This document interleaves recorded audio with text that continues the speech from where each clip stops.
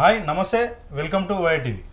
మనం చూస్తూనే ఉన్నాం హైదరాబాద్ సెంట్రల్ యూనివర్సిటీకి సంబంధించి 400 ఎకరాలు ప్రభుత్వం ఎంత దౌర్జన్యంగా వాళ్ళ నుంచి తీసుకుంటుందనే అంశాలు కూడా మనం గత కొద్ది రోజులుగా చూస్తున్నాం. ఈ అంశాలపై మనతో మాట్లాడడానికి జనసేన విద్యార్థి నేత కౌశిక్ అయితే మనతో పాటు ఉన్నాడు. మన వైఆర్టీవీ స్టూడియోలో మాట్లాడించే ప్రయత్నం చేద్దాం. కౌశిక్ నమస్తే. మిత్రులకు నమస్కారం అన్న. చాలా రోజుల నుంచి మీరు చూస్తున్నారు, హెచ్సియు కావచ్చు, ఇటు చూసుకుంటే ఉస్మానియా యూనివర్సిటీకి సంబంధించి కావచ్చు, ఏదైతే సర్క్యులర్లు జారీ చేస్తూ విద్యార్థులను కూడా లాడ్ ఛార్జీలు చేసి అరెస్టులు చేస్తున్నారు, మరోపక్క కూడా వాళ్ళ మీద ఎఫ్ఐఆర్లు కూడా నమోదు చేస్తున్నారు. ఎట్లా చూస్తారు ఒక విద్యార్థి నేతగా మీరు? ఈ కాంగ్రెస్ రాష్ట్ర ప్రభుత్వం ఏర్పడిన తర్వాత ఏం జరుగుతుందంటే ఈ ప్రభుత్వం అనేది ఎప్పుడు నియంతృత్వ పోకడతా ఉంటుంది. ఎందుకు అంటే మేము చేసుకునే నిర్ణయాలకి ఎవరు వ్యతిరేకంగా చేయకూడదు, మేము చెప్పిందే వేదం, మేము చెప్పిందే చట్టం, మేము చేసిందే న్యాయం అంటారు. అయితే ఈ హెచ్సియు వివాదం తీసుకుంటే 400 ఎకరాలు ఉన్న భూమిని ఈ రాష్ట్ర ప్రభుత్వం మేమేదో సంపాదించాం, మేమేదో గెలుచుకొచ్చాం సుప్రీంకోర్టు నుంచి అనుకుంటున్నారు. సరే, ఒక కోణానికి ఇది నిజమే అనుకుందాం, పక్కన పెడదాం. అయితే రాష్ట్ర ప్రభుత్వానికి దీనికి కొన్ని అంశాలను జోడించుకుంటూ రాష్ట్ర ప్రభుత్వం ఎలా వ్యవహరిస్తుందనేది నేను చెప్తా. అయితే ఇటీవల రాష్ట్ర ప్రభుత్వం ముఖ్యమంత్రి గారు అసెంబ్లీ సాక్షిగా లేచి సభానాయకుడు ఏం చెప్పారంటే, డీజిల్ ఆటోల్ని హైదరాబాద్ నుంచి బయటికి పంపిద్దాం, పొల్యూషన్ అనేది జరుగుతుంది, ప్రతిపక్షాలు దీని మీద ఏం చేస్తే దీన్ని ఎట్లాంటి హైదరాబాద్ని పొల్యూషన్ ఫ్రీగా చేద్దామంటే ప్రతిపక్షం అనేవాళ్ళు మీరు సపోర్ట్ చేస్తారా లేదని మాట్లాడారు. అయితే ఆ డీజిల్ ఆటోల్ని ఒక ప్రాసెస్ లేకుండా వాళ్ళని పంపించి వాళ్ళ జీవితాలను నాశనం చేశారు. మరియు దాంతోపాటు హైదరాబాద్లో హైడ్రా అనేది ఏర్పాటు చేసి పేదవాళ్ళ ఇళ్లను కూల్చి వాళ్ళ జీవితాలను ఛిద్రవంతరం చేసి వాళ్ళకు ఒక ఇళ్ల స్థలాలను కూడా కల్పించకుండా వాళ్ళు నాశనం చేసి పర్యావరణాన్ని రక్షిస్తున్నారని రాష్ట్ర ముఖ్యమంత్రి గారు చెప్పారు. అయితే అదే రాష్ట్ర ముఖ్యమంత్రి గారిని, అదే సభానాయకుడిని నేనేమని అడుగుతున్నానంటే, 400 ఎకరాల్లో ఉన్న అడవి Hyderabad green lungs of Hyderabad అంటారు. దాంట్లో పాటు శాస్త్రవేత్తలు కూడా ఏం చెప్తున్నారంటే, వాటర్ సింక్ అంటే ఆ వాటర్ లెవెల్ గ్రౌండ్ లెవెల్ పెరగటానికి ఏదైతే మెయిన్ గచ్చిబౌలి ఆ ఏరియాలో ఉందో వాటర్ సింక్ అవడానికి ఎక్కువ పర్సెంటేజ్ అక్కడే అవకాశం ఉందంట. ఈ గ్రౌండ్ వాటర్ లెవెల్ అనేది ఇప్పుడు ఆ 400 ఎకరాలు తీసేస్తే కనుక ఇది మొత్తం హైదరాబాద్కి ఒక్కదానికే నష్టం జరగదు, తెలంగాణ రాష్ట్రం వ్యాప్తంగా ఉన్న వాతావరణంలో క్లైమేటికల్ చేంజ్ జరిగింది. ఇదే రాష్ట్ర ముఖ్యమంత్రి గారు మళ్ళీ ఇంకొక అంశాన్ని చెప్పారు. ఏంటి? కాంక్రీట్ జంగిల్, దీంతో పాటు దీన్ని తీసుకుపోయి ఏదైతే జవహర్ నగర్ ఇట్లా వేరే ఎక్కడైతే రాష్ట్ర ప్రభుత్వం అన్న గొడ్డు పోయిందా, 4000 ఎకరాలు ఉన్నాయి, 5000 ఎకరాలు ఉన్నాయి, 10,000 ఎకరాలు ఉన్నాయి అక్కడ ఖాళీ. నేను ఇదే రాష్ట్ర ముఖ్యమంత్రి గారిని ఏమని అడుగుతున్నానంటే, ఇప్పుడు ఏదైతే ఏర్పాటు చేద్దాం అనుకున్న ఐటీ హబ్బులు కానీ ఏదైతే విషయాలు ఉన్నాయో అదే అక్కడ ఖాళీ ప్లేసులు ఏర్పాటు చేయొచ్చు కదా. అడవిని జీవరాశుల్ని నాశనం చేసి ప్రకృతిని విధ్వంసం చేసి హైదరాబాద్ని భవిష్యత్ తరాలని దెబ్బతీసే విధంగా చేయటం అనేది దుర్మార్గమైన అంశం. చెప్తున్నారంటే అది అడవి కాదు, కృత్రిమంగా పెరిగినటువంటి పిచ్చి చెట్లు, పిచ్చి మొక్కలు మొలిచినాయి, అవన్నీ కూడా అడవి అని వీళ్ళు ఏదో చూపెడుతున్నారు తప్ప అక్కడ నిజంగా అడవి లేదు. ఆ 400 ఎకరాలకు సంబంధించి ప్రభుత్వం ఎట్టి పరిస్థితుల్లో కూడా దాన్ని స్వాధీనం చేసుకొని చేయాల్సిన కార్యక్రమాలన్నీ కూడా చేస్తామని హెచ్చరిక చెప్తున్నారు. అయితే సరే, పిచ్చి మొక్కలు అనుకుంటున్నాం, దానికి పెద్ద పెద్ద జేసీబీలు, పెద్ద పెద్ద బుల్డోజర్లు ఎందుకు వాడాలి? 4 ఒక చిన్న తుప్పలు లాంటివి అయితే మనందరికీ సహజంగా తెలుసు. వాడాల్సిన ఎక్విప్మెంట్స్ వాడాల్సిన ఏంటి అనేది మనందరికీ తెలుసు. కానీ పెద్ద పెద్ద బుల్డోజర్లతో రాష్ట్ర ప్రభుత్వం పోలీసులు పెట్టి, వేలాది మంది పోలీసులను పెట్టి అంత నిర్బంధంగా వ్యవహరించి చేయాల్సిన అవసరం ఏముంది రాష్ట్ర ప్రభుత్వానికి? రాష్ట్ర ప్రభుత్వమే చెప్పిందే నిజం అనుకుంటే ఇది ఏంటంటే నియంతృత్వ పోకడా. వాళ్ళు ఇంకో సింపుల్ లాజిక్ మీకు చెప్పదలుచుకుంది ఏంటంటే, రాష్ట్ర ప్రజలకు కూడా చెప్పదలుచుకుంది ఏంటంటే, వాళ్ళ 6 గ్యారెంటీలు అమలు చేయడానికి వాళ్ళ దగ్గర లేవు, డబ్బులు లేవు, భూములు అమ్మాలి, ఈ వాటితో గ్యారంటీ లేదు, మమా అని నడిపించాలనేది రాష్ట్ర ప్రభుత్వం వేస్తున్న పథకం తప్ప దానికి మించి మరొకటి ఏదీ లేదు. అంటే అక్కడ ఒక్కొక్క విషయం ఏం చెప్తున్నారు అంటే, కేవలం పేటీఎం బ్యాచ్ తోటే అక్కడ లేనిపోయిన ఆరోపణలు అంతా చేస్తున్నారు, విద్యార్థులు నిజమైన విద్యార్థులు అక్కడ లేరు, వాళ్ళందరినీ కూడా మొబిలైజ్ చేస్తున్నారని ప్రభుత్వం చెప్తుంది. రాష్ట్ర ముఖ్యమంత్రి గారికి ఖచ్చితంగా పచ్చకావర్లు వచ్చినాయని నేను చెప్పదలుచుకుంటున్నాను. హైదరాబాద్ సెంట్రల్ యూనివర్సిటీ అనేది ఎంత ప్రజాస్వామిక వ్యవస్థ అనేది అందరికీ తెలిసింది. మన జనరల్ ఎలక్షన్ ఎట్లా నడుస్తాయో హైదరాబాద్ యూనివర్సిటీలో అట్లా ఎలక్షన్ నడుస్తాయి. ఆర్గనైజేషన్స్ తరఫున ఎంతో మంది మేధావులు అక్కడ నుంచి బయటకు వచ్చి రకరకాలమైన పరిస్థితులను ఏర్పాటు చేస్తారు. సరే, ఇదే పేటీఎం బ్యాచ్ దగ్గరికి రాహుల్ గాంధీ ఎందుకు పోయిందండి? రాహుల్ గాంధీ పోయినప్పుడు వీళ్ళు కూడా పేటీఎం బ్యాచ్ ని మెయింటైన్ చేసే మరి రాహుల్ గాంధీని పంపించారా అనేది ఒకవేళ అదే సమర్థనీయమైన అంశం అంటే రాష్ట్ర ముఖ్యమంత్రి గారు మాట్లాడేది కూడా సమర్థనీయమని నేను అంటున్నా. అంటే ఇంకొక విషయం ఏంటంటే, దాంట్లో గతంలో చదువుకున్నటువంటి పూర్వ విద్యార్థులు ఇప్పుడు ప్రస్తుత ఉప ముఖ్యమంత్రి బట్టి విక్రమార్క ఉన్నారు, అదేవిధంగా ఐటీ పరిశ్రమల శాఖ దుద్దిల్ల శ్రీధర్ బాబు కూడా ఉన్నారు. మరి వాళ్ళు ఇప్పటి వరకు కూడా దీనికి సంబంధించి అక్కడ ఉన్నటువంటి విద్యార్థుల పట్ల ఏమాత్రం కూడా సానుభూతి లేకుండా అంటే ఎట్టి పరిస్థితుల్లో మేము చేస్తామని చెప్తున్నారు. మరి పూర్వ విద్యార్థులు అయి ఉండి ఆ విధంగా మాట్లాడి ఎట్లా చూడొచ్చు? వాళ్ళకి రాజకీయ అవసరాలు ముఖ్యమండి. వాళ్ళు మేము పూర్వ విద్యార్థుల, మేము చదువుకున్న వాటి మీద అవగాహన ఉండాలి, తెలంగాణ ప్రజల మీద ప్రేమ ఉండాలి కాదు. వాళ్ళకి రాజకీయ ప్రయాణం ముఖ్యం. మేము రాజకీయంగా సస్టైన్ అవ్వాలనుకుంటున్నారు కాబట్టి ఎట్లాంటి నిర్ణయాలు తీసుకుంటున్నారు. ఇటీవల ప్రెస్ మీట్ పెట్టి అందులో రాక్స్ కి దెబ్బ తగలు, లేక్స్ కి ఏదో చెయ్యం, మేము అవన్నీ ముట్టుకోని అన్నప్పుడు అసలు దాన్ని ముట్టుకునే పరిస్థితి లేనప్పుడు బయటికి పోవచ్చు కదా. ఆ జవహర్ నగర్ మీ రాష్ట్ర ముఖ్యమంత్రి గారే చెప్పారు కదా. మీరు చెప్పేది నిజమా, మీ రాష్ట్ర ముఖ్యమంత్రి గారు చెప్పేది నిజమా అనేది ఒక స్పష్టత ఇవ్వండి ఫస్ట్. అట్లా ఇవ్వకుండా మీరే కన్ఫ్యూజన్ చేసుకుంటా పోలీసులు పంపిస్తారు.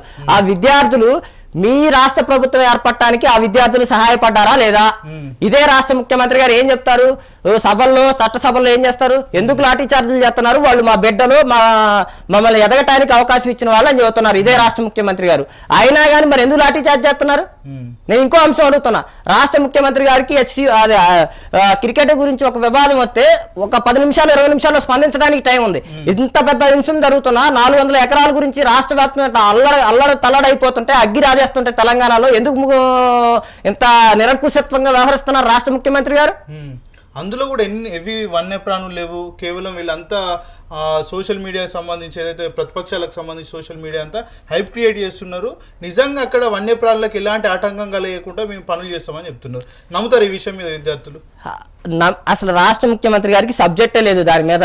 ఏదో ఎవరో పేపర్ తీసుకొచ్చారు, దాన్ని చూశారు, చెప్పారు, దాన్ని బయటపడేద్దామని చూస్తున్నారు. వీడియోలు వస్తున్నాయి, దానికి సంబంధించినవి పక్షులకు సంబంధించిన వీడియోలు వస్తున్నాయి. ప్రతి నిమిషం రాష్ట్ర ముఖ్యమంత్రి గారు ఏది చెప్తున్నారో దానికి ఎమ్మటే ఆటోమేటిక్ గా కౌంటర్ గా విద్యార్థులు పెడుతున్నారు అక్కడ. ఇదే రాష్ట్ర ముఖ్యమంత్రి గారు గతంలో ఒక విద్యార్థి నిరాహార దీక్ష చేస్తే గ్రూప్స్ కూడా అప్లై చేయలేదని చెప్పారు. ఎమ్మటే మనకి సోషల్ మీడియాలో వచ్చిందో తెలిసింది మనకి. రాష్ట్ర ముఖ్యమంత్రి గారు ఏంటంటే ప్రజల అటెన్షన్ డైవర్ట్ చేయాలి, లేదా ప్రజల అటెన్షన్ పక్కదారి పట్టించాలనే ఉద్దేశంతో ఎట్లాంటి వ్యాఖ్యలు చేస్తారు తప్ప నిజంగా రాష్ట్ర ముఖ్యమంత్రి గారు దాని మీద అవగాహన ఉండి మాట్లాడరు. అంటే గతంలో కూడా చూసినాం రాజేంద్ర నగర్ ఏదైతే అగ్రికల్చర్ యూనివర్సిటీకి సంబంధించి కూడా 100 ఎకరాల హైకోర్టుకు కూడా కేటాయించండు. ఇట్లా మరి ఏదైతే విశ్వవిద్యాలయాలకు సంబంధించి భూములన్నీ ఇట్లా కేటాయించుకుంటా లేకపోతే అమ్ముకుంటా పోతే విద్యార్థుల పరిస్థితి ఎలా ఉండబోతుంది? రాష్ట్ర ప్రభుత్వం అనేది ఎప్పుడైనా వాళ్ళు చేసేది భవిష్యత్ తరాలకు ఉపయోగపడాలి, ఎప్పుడైనా వాళ్ళు చేసే చర్యలు. కానీ ఈ రాష్ట్ర ప్రభుత్వం ఏంటంటే వాళ్ళ బెనామీదారులకి, వాళ్ళు లాభం పొందటానికి, లేకపోతే వాళ్ళ గ్యారంటీలు అమలు చేసుకోవడానికి చేస్తున్నారు. ఇదే రాష్ట్ర ప్రభుత్వం మనకు ఉన్న యూనివర్సిటీలు చాలా గొప్ప యూనివర్సిటీలు అండి. వాటికి భవిష్యత్తులో పెరిగే వాటి పరిస్థితులు కానీ, ఆ పరిసరాలు కానీ, తర్వాత దాంట్లో పెరిగే స్ట్రెంత్ కానీ ఉంటది.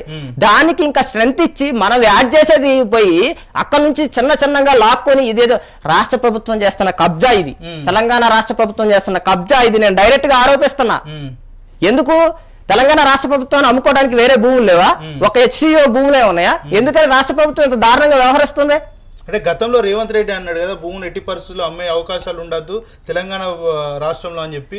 ప్రతిపక్షంలో ఉన్నప్పుడు ఇదే రేవంత్ రెడ్డి చాలా సార్లు చెప్పిండు. రాష్ట్ర ప్రభుత్వం ముఖ్యమంత్రి గారికి ఏంటంటే నిన్న మాట్లాడింది ఈ రోజు గుర్తున్నదండి. వాళ్ళు మాట మీద నిలబడే వ్యక్తులు కాదు, వాళ్ళకు నిబద్ధత నిజాయితీ ఉన్న వ్యక్తులు కాదు. వాళ్ళు ఏంటంటే గతంలో అధికారంలో రావాలి, ఇప్పుడు అధికారంలోకి వచ్చిన మేము 4 ఏళ్ళు అధికారంలో ఉంటాం, మేము చేసేదే చట్టం, మేము చేసేదే వేదం.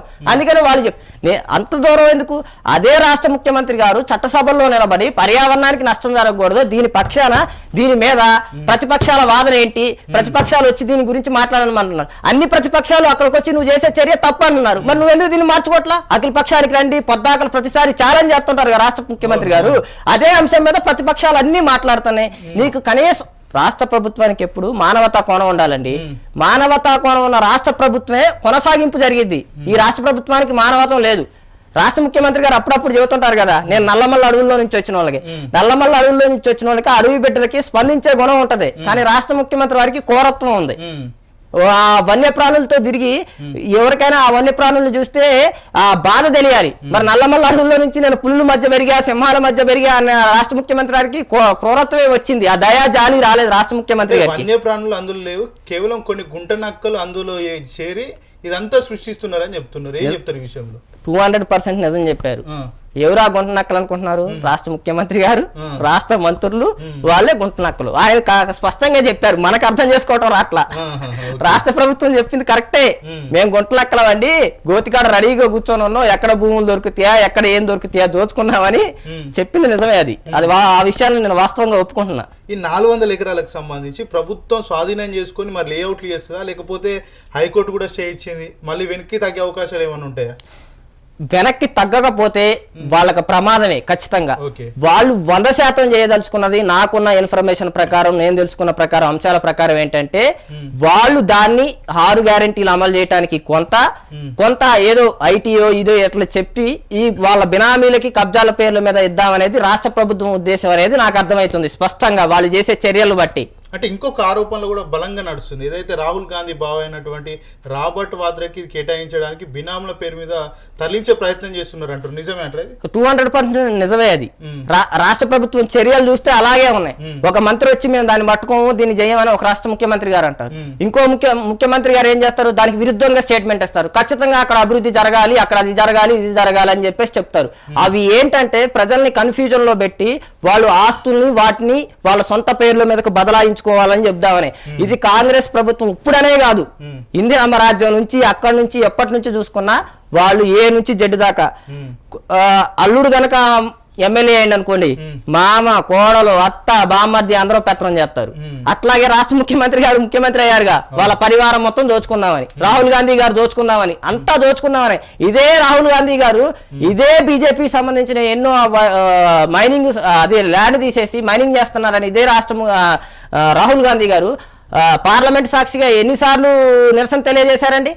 అంటే అక్కడ చేసేది అబద్ధమా ఇక్కడ చేసేది నిజమా? అంటే వాళ్ళ వ్యవహార శైలి ఇదేనా, నిజంగా ఇదేనా, లేకపోతే అక్కడ నటిస్తున్నారా ఓట్ల కోసం అనేది స్పష్టం చేయాలి రాహుల్ గాంధీ. ఇప్పుడు రేవంత్ రెడ్డి కూడా అంటుంటాడు, ప్రజాస్వామ్యాన్ని మేము పరిరక్షిస్తాం, 7వ గ్యారెంటీకి అమలు చేస్తాం అని చెప్తారు. ఎవరైనా కూడా స్వేచ్ఛగా నిరసన తెలియజేసుకోవచ్చు, మేము దానికి కట్టుబడి ఉన్నాం, ఖచ్చితంగా కూడా అన్నిటికీ మేము సానుకూలంగానే ఉన్నామని ప్రభుత్వం చెప్తుంది. ఎవరైనా వచ్చినా కూడా మేము సమస్యలు రిసీవ్ చేసుకుంటాం, ఖచ్చితంగా సార్ట్ అవుట్ చేస్తామని చెప్తుంది. ఇలాంటి పక్షంలో నిన్న సెంట్రల్ యూనివర్సిటీలో చాలా వరకు కూడా ఆ విద్యార్థుల మీద ఏకకాలంలో 2 సార్లు లాఠీ చార్జ్ కూడా జరిగింది, విజువల్స్ కూడా బయటకు వచ్చి. ఎట్లా చూస్తారు ఒక విద్యార్థి నాయకునిగా, ఏం చెప్పదలుచుకున్నారు? రాష్ట్ర ప్రభుత్వం దాని స్వభావాన్ని ఎప్పటికీ మార్చుకోదు. ఎందుకంటే విద్యార్థుల మీద దాడి చేయటం అనే దాన్ని మార్చుకోదు, ఆ పద్ధతిని ఆ పందాన్ని మార్చుకోదు. రాష్ట్ర ప్రభుత్వం అంటేనే దానికి నియంత్రణతో పోకరుండిద్ది. ఇదే రాష్ట్ర ప్రభుత్వం ఏర్పడటానికి కారణమైనది ఇదే విద్యార్థులు. ఇదే తెలంగాణ రాష్ట్రం ఏర్పడటానికి ఉపయోగపడిన విద్యార్థులు వీళ్ళే. మీరు వాళ్ళ దగ్గర పోయి కాళ్ళు పట్టుకొని మమ్మగా మయ్యగాని బతిలాడి ఓటేయించుకున్న కూడా ఇదే రాష్ట్ర ముఖ్యమంత్రి గారు.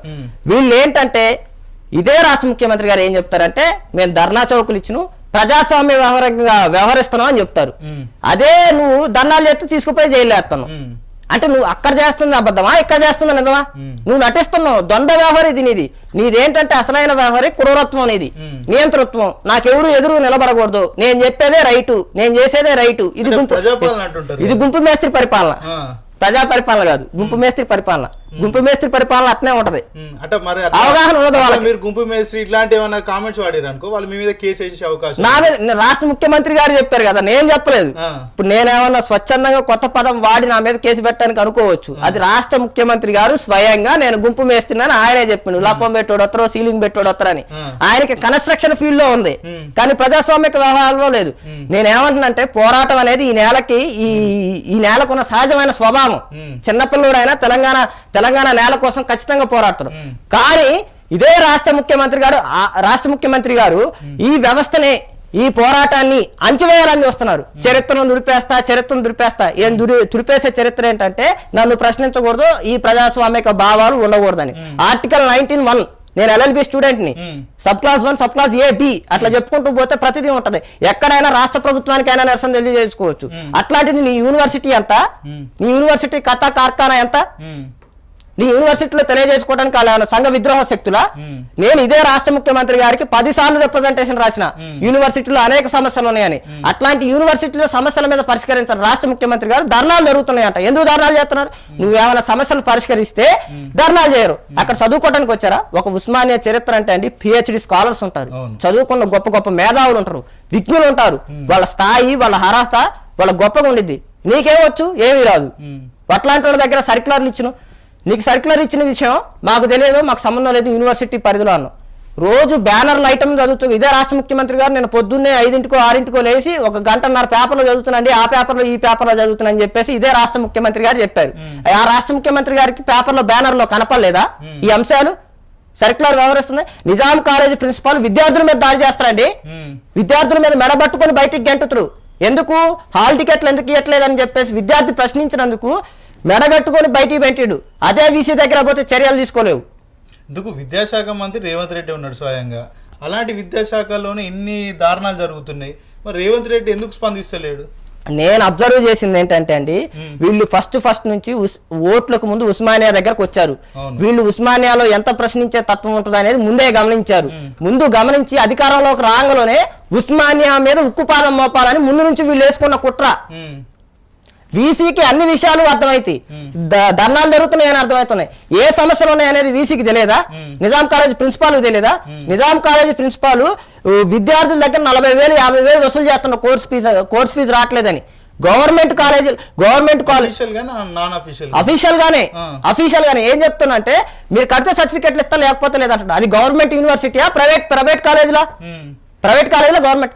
ఎంతో మంది విద్యార్థులు సీట్లు వచ్చి వేరే కాలేజీలు పోలేక 30-40,000, 1 సంవత్సరానికి 30,000, 2 సంవత్సరాలకు 60,000 హాస్టల్ ఫీజులు మొత్తం కలిపి ₹1,00,000 ఉంటాయండి.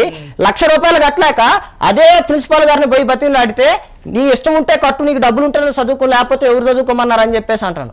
మీకు ప్రిన్సిపల్ హోదాలో ఉండి ఆయన స్పష్టంగా చేసిన వ్యాఖ్యలు మీకు 10,000కి ఎవరు పెడతారా? ఎంత మించి మీకు 5 స్టార్ హోటల్లో భోజనాలు పెడతారా అని నిజాం కాలేజ్ ప్రిన్సిపాల్ చేస్తాడు. ఇవన్నీ రాష్ట్ర ప్రభుత్వానికి తెలియదా? వారం రోజులు 20 రోజులు నిరసన చేస్తాయండి. హెచ్ఓడీలు పేరిట ఎగ్జామ్లు పిలిచి వాళ్ళని ఏంటంటే, మీరు ఎగ్జామ్లు రాయనీయకుండా వాళ్ళకి ఇంటికి లెటర్లు పంపించడం, కాలేజీలకు రావట్లేదని. పీజీకి 50% అటెండెన్స్ ఉంటుంది, కానీ 75% అటెండెన్స్ పెట్టిండు. అల్మనిక్ని ఫాలో అవ్వట్లా, ఉస్మానియానే అల్మనిక్ని ఫాలో అవ్వట్లా. అసలు జరిగే అన్ని ఏంటంటే విద్యార్థుల మీద దాడులు లెక్కే ఉన్నాయి తప్ప అన్ని ఇష్యూస్ మరి మీరు వీసీకి ఎప్పుడన్నా చెప్పారు ఇట్లా జరుగుతుంది? అనేక సార్లు రిప్రజెంటేషన్ ఇచ్చినాం. రిప్రజెంటేషన్ కాపీలు పంపిమన్నా మేము ఇప్పుడు ఫోన్ చేసి పంపిస్తాం మీ కాపీలన్నీ. అనేక సార్లు వచ్చి చెప్పారు. ఉస్మానియా యూనివర్సిటీలో ఒక సబ్జెక్ట్ కి రీవాల్యుయేషన్ పెట్టాలంటే 10,000 అండి. ఒక సబ్జెక్ట్ కి రీవాల్యుయేషన్ అది ఎక్కడన్నా ఉంటుందా? ఒక సబ్జెక్ట్ ఎంత సామాన్య విద్యార్థులకు చాలా ఇబ్బంది ఉంటది కదా. నేనే స్వయంగా పోయి మన ప్రగతి భవన్కి పోయి, అప్పుడు ఆయన గారు ఒక కార్యక్రమాన్ని పెట్టారు కదా, ఆ కార్యక్రమానికి పోయి నేనే స్వతహాగా నా చేతులతో నేను రాసిచ్చి, పలానా సమస్యలు ఉన్నాయి, నిజాం కాలేజీలో ఈ సమస్యలు ఉన్నాయి, యూనివర్సిటీలో ఇట్లా దోపిడీ జరుగుతుంది, వంట విషయాల్లో ఇట్లా దోపిడీ చేసుకుంటున్నారు అని నేను నిజాం కాలేజ్ విద్యార్థిని, ఉస్మానియా యూనివర్సిటీ కింద చదువుకున్న విద్యార్థిని. నాకు సమస్యల మీద అవగాహన ఉండి రాష్ట్ర ముఖ్యమంత్రి గారికి రిప్రజెంటేషన్ ఇచ్చా. నేను ఇచ్చి కనీసం 6 నెలలు 7 నెలలు అవుతుంది, ఇప్పుడు వరకు రాలేదండి. దాని మీద కనీసం రిప్లై కూడా రాయాల, కనీసం ఒక చిన్న మార్పు కూడా జరగాల. వాళ్ళు ఏంటంటే ఏసీల్లో కూర్చొని కాఫీలు దాటానికి, ఛాయలు దాటానికి నిజాం కాలేజీ ప్రిన్సిపాల్ గారికి, వీసీ గారికి డబ్బులు ఉన్నాయి, కానీ విద్యార్థులకి ఏదన్నా చేద్దామనేసరికి వచ్చేసరికి లైట్ ఫ్యాన్లు బిగించమంటే డబ్బులు లేవంటారు. మీరు ఇప్పుడు నిజాం కాలేజ్ హాస్టల్కి పోండి, అది ఎంత అధ్వానమైన పరిస్థితుల్లో ఉందో చూడండి. గర్ల్స్ హాస్టల్కి పోండి, ఎంత అధ్వానమైన పరిస్థితుల్లో ఉన్నాయి. పైకి గొప్పగా ఉన్నాయి కానీ లోపల ఏమి లేవు పరిస్థితి. అంటే విద్యా వ్యవస్థను చాలా వరకు పటిష్టం చేస్తా, అభివృద్ధి చేస్తా అని రేవంత్ రెడ్డి పలు సందర్భాల్లో కూడా అసెంబ్లీ వేదికగా చెప్పిండు. మరి అబద్ధాలు చెప్తున్నాడు అనుకోవచ్చా, లేకపోతే చేసే అవకాశాలు ఏమైనా ఉంటాయి అనుకుంటున్నారు? తెలంగాణ రాష్ట్ర ముఖ్యమంత్రి గారు అసెంబ్లీ సాక్షిగా అనేక సందర్భాల్లో చెప్పే ఏంటంటే కట్టికి కనిపించే పచ్చి అబద్ధాలు చెప్తున్నారు రాష్ట్ర ముఖ్యమంత్రి గారు. ఇదే రాష్ట్రంలో రాష్ట్ర ప్రభుత్వం ఏర్పడిన తర్వాత 88 మంది నుంచి 100 మంది విద్యార్థులు గురుకుల హాస్టల్లో చచ్చిపోయారు. కనీసం ఎంక్వైరీ ఇలా రాష్ట్ర ముఖ్యమంత్రి కాదు. అదే అల్లు అర్జున్ విషయంలో అతి ఉత్సాహం చూపించి ఇదే కోమటిరెడ్డి వెంకటరెడ్డి గారు పోయి 25 లక్షలు చెక్ ఇచ్చారు. మరి అదే 88 మందికి 25 లక్షలు చెక్ ఎందుకు ఇలా? నువ్వు లేచి చచ్చిపోయారని సుప్రీంకోర్టుకి రిపోర్ట్ ఇస్తావా? ఇదా నీ పిల్లల పట్ల, ఇది నీకు తెలంగాణ పట్ల ఉన్న బాధ్యత? ఒక రాష్ట్ర ముఖ్యమంత్రిగా నువ్వు వ్యవహరించాల్సిన పందా ఇదా? నువ్వు ఒక రాష్ట్ర ముఖ్యమంత్రిగా సరే కొంతమంది వ్యక్తుల వల్ల తప్పు జరిగి ఉండొచ్చు, నువ్వు కఠినంగా వ్యవహరించాలా లేదా? ఆ 88 మంది జీవితాలు ఇప్పుడు వరకు ఏంటి పరిస్థితి? ఇంకా జరుగుతూనే ఉన్నాయి, ఇంకా ఆగట్లా. ఇంకా నేను చెప్తున్నా, ఖమ్మంలో ఒక అమ్మాయి ఎలుకలు గరిచి పెరాలసిస్ వచ్చింది, 10 సార్లు జరిగింది దాడి. ఆ అమ్మాయి తల్లిదండ్రులు పోయి అదే అంశం గురించి మాట్లాడితే ఆ అమ్మాయి 10వ తరగతి చదువుతుంది. ఆ కాలేజ్ ప్రిన్సిపాల్ అని మాట్లాడుతుంది అంటండి, మీకు మీ అమ్మాయి 10th క్లాస్ పాస్ అవ్వాలనుకుంటే ఈ విషయాన్ని బయటికి రానికుండా ఉంచండి, లేదంటే మీ అమ్మాయి టీసీ ఇచ్చేసి బయటికి పంపిస్తాం, మీ బిహేవియర్ బాగాలేదని చెప్తున్నారు. అదే అంశాలు అనేక సార్లు మీడియాలో వచ్చినాయి.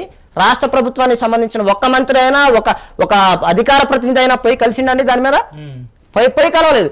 ఎందుకు వ్యవహరిస్తున్నారు? ఇవన్నీ ఏంటంటే రాష్ట్ర ప్రభుత్వం కళ్ళు తెరుచుకొని కానీ కళ్ళు మూసుకున్నట్లు వ్యవహరిస్తుంది. ఇదంతా దోపిడీ పరిపాలన, దొంగల పరిపాలన. ఇప్పుడు ఉస్మానియా యూనివర్సిటీలో చూసుకుంటే చాలా మంది బయటి వ్యక్తులు వచ్చి అక్కడ నిరసనలు చేస్తున్నారు. అంటే యూనివర్సిటీకి సంబంధం లేని వ్యక్తులు వచ్చి ఆడ ఏదైనా వేయాలని చూస్తున్నారనే ఉద్దేశంతో మేము ఇలాంటి సర్క్యులర్ కూడా రిలీజ్ చేసినామని వీసీతో పాటు పోలీస్ అధికారులు కూడా ప్రెస్ మీట్లు పెట్టి చెప్పారు. నేను ఉస్మానియా యూనివర్సిటీలో చదువుకున్న వ్యక్తిగా, నిజాం కాలేజీలో చదువుకున్న వ్యక్తిగా నేను చెప్తుంది ఏంటంటే అక్కడ గనక జెన్యూన్ సమస్య లేకపోతే వేరే వాళ్ళు ఎవరన్నా వచ్చి గడబిడ సృష్టించాలనుకుంటే ఉస్మానియా విద్యార్థులే తరిమి కొడతారు. 100 సంవత్సరాలు ఉన్న చరిత్ర ఉస్మానియాలో ఎంతో మంది ఒక స్టేట్మెంట్ తప్పుగా అనిస్తే ఎన్నో దాడులు చేశారు. మీరు మనందరికీ అనేక రకంగా మీడియా రకంగా అన్ని రకాలుగా మనకు కనపడుతూనే ఉంది. ఈ అన్నిటిని పట్టించుకోకుండా రాష్ట్ర ముఖ్యమంత్రి గారు ఏంటంటే దాన్ని దాటవేసే ధోరణిలో చేస్తున్నారు తప్ప ఇది ఖచ్చితంగా ముమ్మాటిగా నియంతృత్వ పోకడతో అణిచివేతలతో రాష్ట్ర ప్రభుత్వం మమ్మల్ని ప్రశ్నించేవాడు ఎవ్వడం ఉండకూడదు. నేను చెప్పిందే చట్టం, నేను చేసిందే వేదం. వీళ్ళకి అవగాహన లేదు, విద్యా వ్యవస్థ మీద అస్సలు లేదు అవగాహన. ఇదే ఆకునూరు మురళి లాంటి వాళ్ళు ఇంతకు ముందు ఆయన ఆకునూరు మురళి గారు పెద్ద ఐఏఎస్, నేను మురళి అన్నందుకు క్షమించాలి మురళి గారు. అయితే అట్లాంటి వ్యక్తులు కూడా ప్రభుత్వానికి రోత్తొత్తులుగా మారిపోయారు. ఇంతకు ముందు జరిగిన అంశాల గురించి మాట్లాడారు. సరే మిమ్మల్ని అప్పుడు గొప్ప అన్నాం, మరి ఈ రోజు ఎందుకు మాట్లాడలా? ఈ రోజు అంతకంటే డబుల్ జరుగుతున్నాయి కదా. నువ్వు విద్యా వ్యవస్థను ఎంత నిర్లక్ష్యం చేశారంటే ఒక ఎల్కేజీ చదువుకున్నోడికి ₹1,00,000 అండి, ఒక యూకేజీ చదువుకున్నోడికి 2 లక్షలు. అవును, అప్పుడు మాట్లాడినటువంటి ఎవరైతే మేధావులంతా కోదండరామ్ సార్ ఏమైపోయాడు, వీళ్ళంతా ఏమైపోయారు? ఆకునూరు మురళి లాంటి పెద్ద పెద్ద ఐఏఎస్లని మేము జర్నలిస్టులు మేధావులు అని చెప్పుకున్న వాళ్ళంతా తెలంగాణ ఆగమైపోయిందని చెప్పారు కదా. సరే అప్పుడు నిజం అనుకున్నాం, అబద్ధం అనుకున్నాం, దాన్ని పక్కన పెడదాం. ఇప్పుడు మీ కళ్ళ మీద నిజంగా సమస్య లేవా, లేకపోతే వీళ్ళంతా కూడా ప్రభుత్వాన్ని లొంగిపోయారు అనుకోవచ్చు? 100కి 100% సమస్యలు ఉన్నాయి. ఇప్పుడు అడుగు పెట్టమనండి ఉస్మానియా గేట్ లోకి, కనీసం సెక్యూరిటీ లేకుండా నడిచిపోమని ఎన్సీసీ గేట్ దగ్గర నుంచి ఆ చివరికి నడిచిపోమనండి, ఉరికిచ్చు కొడతారు విద్యార్థులు. అంత భావోద్వేగంతో ఉన్నారు విద్యార్థులు, అంత ప్రకంపనలు కలిగిపోయి హృదయం పగిలిపోయేలా ఉంది. మొన్నటికి మొన్న కూడా గోదావరి హాస్టల్ వాళ్ళంతా బయటకు వచ్చి మా అన్నంలో పురుగులు వస్తున్నాయని నిరసన తెలియజేశారు. అంటే కనీసం రాష్ట్ర ప్రభుత్వం నేను హైదరాబాద్ని నెంబర్ 1 సిటీ చేస్తా, దాన్ని చేస్తా, ప్రపంచ పటంలో పెడతా, దాంట్లో పెడతా అని చెప్పేసి రాష్ట్ర ముఖ్యమంత్రి గారు కనీసం నీ రాష్ట్ర క్యాపిటల్ సిటీలో యూనివర్సిటీలో 100 సంవత్సరాల గారి చరిత్ర గల యూనివర్సిటీలో పురుగులన్నం వస్తుందంటే అది నీకు అపఖ్యాతి కాదా? ఒక రాష్ట్ర ముఖ్యమంత్రిగా నువ్వు బాధ్యత వహించే వ్యక్తిగా అది నీకు అపఖ్యాతి కాదా? నీ రాష్ట్ర ప్రభుత్వాన్ని నువ్వు నేషనల్ కాన్క్లూడ్ పోయినప్పుడు, నేషనల్ మీటింగ్లు పోయినప్పుడు, ఇంటర్నేషనల్ మీటింగ్లు పోయినప్పుడు నిన్ను అడగరా? నీ హైదరాబాద్ ప్రతిపాటారు. నేను ఇంకో విషయం కూడా ఇక్కడ స్పష్టం చేస్తున్నా, అసలు హైదరాబాద్ని ముఖ్యమంత్రి గారు ప్రపంచ పటంలో పెట్టాల్సిన అవసరం ఏముంది? ఏ జపాన్కి పోయినా, ఇండోనేషియా పోయినా హైదరాబాద్ని గుర్తుపడతారు. ఆల్రెడీ హైదరాబాద్ ప్రఖ్యాత చెందింది. రాష్ట్ర ముఖ్యమంత్రి గారు ఏం చేయాల్సిన అవసరం లేదు, ఉన్నదాన్ని జరగకుండా కొట్టుకుని ముందుకు నడిస్తే సరిపోద్ది. ఇప్పుడు హెచ్యూసి సంబంధించి అక్కడ మరి 400 ఎకరాలు ఫర్ ఎగ్జాంపుల్ వేరే వాళ్ళకి మొత్తం క్లీన్ చేసి ఇస్తారు అనుకోండి, కొనే అవకాశాలు ఏమైనా ఉంటాయా? నాకు తెలిసిన ఇంటర్లలో జరిగినాయి, విద్యార్థులు ఇంత ఫైట్ చేస్తున్నారు, ఈ నేపథ్యంలో ఎవరన్నా వచ్చి అక్కడ పెట్టుబడులు పెట్టడం లేకపోతే ఇండస్ట్రియల్ స్థాపించడం లాంటి అవకాశాలు ఏమైనా ఉంటాయా? నాకు తెలిసిన విజ్ఞత ఉన్న మేధావులు కష్టపడి ఎదిగిన వాళ్ళు అయితే ఖచ్చితంగా చేసుకోరండి. కానీ రాష్ట్ర ప్రభుత్వం ప్రోద్బలంతో మేము అండగా ఉన్నాం, వాళ్ళందరినీ మేము అంచివేస్తాం, ఏం జరిగినా మేము చూసుకుంటాం అనే రాష్ట్ర ముఖ్యమంత్రి గారు అండదండలు ఉంటే మాత్రం ఖచ్చితంగా అది జరిగిద్ది. ఓకే, అక్కడ జాతీయ పక్షి నెమలతో పాటు ఇతర నెమళ్ళు, జింకలు ఉన్నాయి అంటున్నారు. అవన్నీ ఒకవేళ 400 ఎకరాలకు సంబంధించి మొత్తం కూడా చెట్లన్నీ నరకవేసినప్పుడు అవన్నీ ఎక్కడికి పోయే అవకాశాలు ఉంటాయి? అవన్నీ చచ్చిపోతాయి, ఆటోమేటిక్ అంతరించిపోతాయి. కొంతమంది వేటాడి తింటారు వాటిని. ఇప్పటికే చాలా రకాలు నాకు పర్సనల్ గా పంపించి జింకలు చచ్చిపోయి అది చచ్చిపోయే స్థితికి పడిపోయి కుప్పగూలిపోతుంటే వాటిని విద్యార్థులే కాపాడి కొద్దిగా మంచినీళ్ళు అవి పట్టించి బయటికి వదిలి పెడుతున్న పరిస్థితి. ఫేక్ న్యూస్ అని చెప్తున్నారు కదా. మరి ఫేక్ న్యూస్ అంటే రాష్ట్ర ముఖ్యమంత్రి గారికి ఫేక్ లెక్కే కనపడింది. చెప్పిన గుంట నక్కలకి ఫేక్ లెక్కే కనపడింది. నేను అనలేదండి, మళ్ళీ అది రాష్ట్ర ముఖ్యమంత్రి గారే అన్నారు. ఓకే, ఫైనల్ గా ఏం చెప్తారు? హెచ్ఈసి అంటే సెంట్రల్ యూనివర్సిటీకి సంబంధించి కావచ్చు, ఉస్మానియా విశ్వవిద్యాలయం సంబంధించి కావచ్చు, ఫైనల్ గా విద్యార్థుల తరపున మీరు ప్రభుత్వానికి ఏ డిమాండ్ చేస్తారు? రాష్ట్ర ప్రభుత్వానికి వ్యవహారాలు పందాలు అనుసరించేటప్పుడు కొన్ని తప్పులు జరుగుతాయి, మీరు సరిదిద్దుకొని దాన్ని కొన్ని విషయాలను ఏవైతే అంశాలు ఉస్మానియా యూనివర్సిటీకి బలం చేకూర్చడానికి ఏవైతే అంశాలు కావాలో ఆ అంశాలను తీసుకోండి. ఈ హెచ్సియు అంశం అనే దాన్ని మీరు ఆ భూమిని అక్కడ కేటాయించకుండా తెలంగాణ భవిష్యత్ తరాల గొంతుని పిసక్కుండా తెలంగాణ పర్యావరణాన్ని కాపాడేటట్టు గ్రీన్ లంగ్స్ ఆఫ్ హైదరాబాద్ అని చెప్తారు. ఆ పర్యావరణాన్ని కాపాడి గ్రౌండ్ లెవెల్ పెంచి వేసవిలో ఇట్లాంటి పరిస్థితులు రాకుండా వేరే చాటకు తరలింపు తీసుకుపోతే మీకు గుర్తింపు ఉండిద్ది, మీకు హుందా ఉంటుంది, మిమ్మల్ని విజ్ఞత గల నాయకులుగా చూస్తారు. అట్లా కాకుండా మేము ఏదో దాని మీద దాడులు చేస్తాం, మాకు అధికారం ఉందగా అంటే గుర్తుపెట్టుకోండి రాష్ట్ర ముఖ్యమంత్రి గారు, మళ్ళీ 5 ఏళ్ళు వస్తే ఓటేయాల్సింది మేమే, మీరు రావాల్సింది మా దగ్గరికే. అప్పుడు మేము చేయాల్సింది మేము ఖచ్చితంగా మీకు తీర్పిస్తాం. అదీగాక జెడ్పీటీసీలు, ఎంపీటీసీలు, మున్సిపాలిటీ స్థానిక సంస్థలు, ఇప్పుడు ఎమ్మెల్సీలు ఎట్టాగు పోయినాయి. ఇక నీకు గ్రౌండ్ లెవెల్ రూట్స్ కూడా లేకుండా అయిపోయే పరిస్థితికి వస్తుంది. నీ కాంగ్రెస్ నాయకులే నిన్ను విమర్శించే స్థితికి వస్తుందని రాష్ట్ర ముఖ్యమంత్రి గారికి విజ్ఞప్తి చేస్తాను. Okay, thank you Kaushik. మొత్తానికి అయితే చూశారు కదా, హైదరాబాద్ సెంట్రల్ యూనివర్సిటీ సంబంధించి 400 ఎకరాలు ఏవైతున్నాయో అవి ఎట్టి పరిస్థితుల్లో ప్రభుత్వం లేఅవుట్లు చేయకూడదని అయితే ఇటు ఏదైతే వామపక్షాలకు సంబంధించి విద్యార్థి సంఘాలు కావచ్చు, అదేవిధంగా బీఆర్ఎస్వి కావచ్చు, ఏబీపీ కావచ్చు, జనసేన కావచ్చు, అన్ని ముక్కుమ్మడిగానైతే ఖచ్చితంగా 400 ఎకరాలకు సంబంధించి ప్రభుత్వానికి ఎట్టి పరిస్థితుల్లో హ్యాండ్ ఓవర్ చేయమని అయితే వాళ్ళు చెప్తున్న పరిస్థితి. చూస్తూనే ఉండండి వైఆర్ టీవీ.